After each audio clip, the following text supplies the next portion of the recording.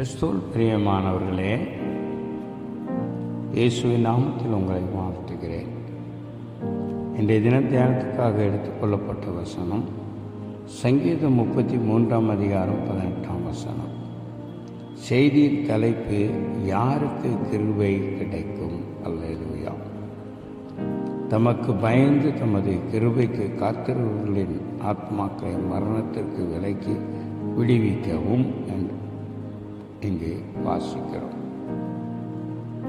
கர்த்தர் தமக்கு பயப்படுபவர்களுக்கு கிருபை கொடுக்கிறார்.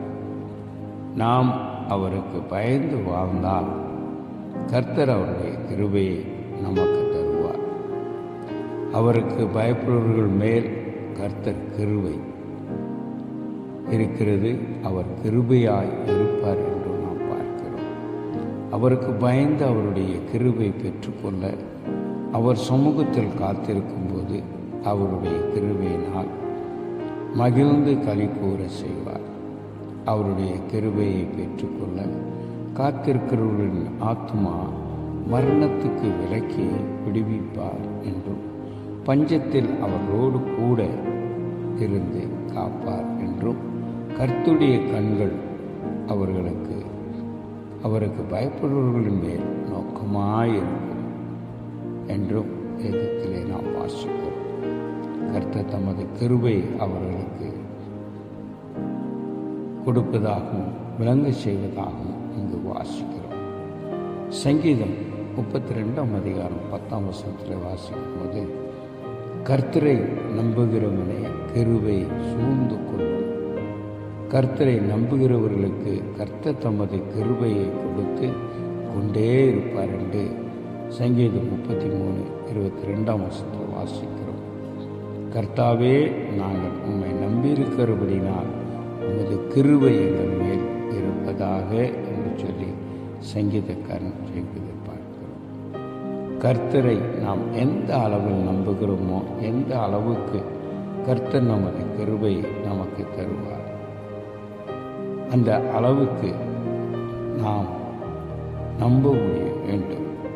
நாம் விசுவசிக்க வேண்டும். எந்த அளவுக்கு நாம் கர்த்தரை விசுவசிக்கிறோமோ அந்த அளவுக்கு கர்த்தர் தமது கிருபையை நமக்கு தருவார். நிச்சயமாக கர்த்தரை நம்பும்போது கர்த்தருடைய கிருபை எப்போது நம்மை சூழ்ந்து கொண்டிருக்கும். கர்த்தரை நம்பி வாழ்ந்த தானியேலை சிங்கங்கள் சேதப்படுத்தவில்லை. கர்த்தருடைய கிருபை தானியேலை சுற்றி கொண்டது. சாத்ராக், மேஷக், ஆபேத்நேகோ என்ற 3 வாலிபர்களை கர்த்தர் எவ்விதமாக விடுதலை செய்தார் என்று பார்க்கிறோம். அவர்கள் கர்த்தரை நம்பி கர்த்தர் மேல் நம்பிக்கையாக இருந்தார்கள். அக்கினி சோலையிலே தூக்கி போட்டார்கள். அப்போது கூட ஒன்றும் நடக்கவில்லை. கர்த்தருடைய கிருபை அவர்களை சூழ்ந்து கொண்டது. அக்கினியில் தூக்கி போட சென்றவர்களை கொன்று போட்டது. தூக்கி போட்டவர்கள் அக்கினியில் மடிந்தார்கள்.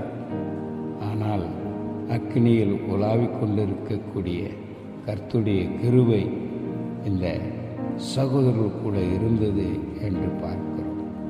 கர்த்தரை நம்புங்கள். கர்த்தர் அவருடைய கிருபையை தருவார். எல்லா இக்கட்டிலும் உபத்திரத்திலும் இருந்தும் உங்களை விடுவிக்க அவர் வல்லவராயிருக்கிறார். அடுத்தது, தாழ்மையாயிருங்கள். அவருடைய கிருபையை தருவார். தாழ்மையுள்ளவர்களுக்கு கிருபை அளிக்கிறார் என்று 1 பேதுரு 5:5 நாம் வாசிக்கிறோம். கர்த்தருக்கு முன்பாக உங்களை தாழ்த்தி தாழ்மையாக்கி நடந்து கொள்ளுங்கள். கர்த்தர் அவருடைய கிருபையிலே நிரப்புவார். கிருபையை தருவார். தாழ்மையுள்ளவர்களுக்கு கிருபை தாங்கும். கர்த்தருக்கு பயப்படுங்கள். கர்த்தருக்காக காத்திருங்கள். கர்த்தர் நம்புங்கள். தாழ்மையாக இருங்கள். கர்த்தருடைய கிருபை உங்களுக்கு சூழ்ந்து கொள்ளும். கர்த்தருடைய கிருபை நீங்கள் பெற்றுக்கொள்வீர்கள். ஆமென்.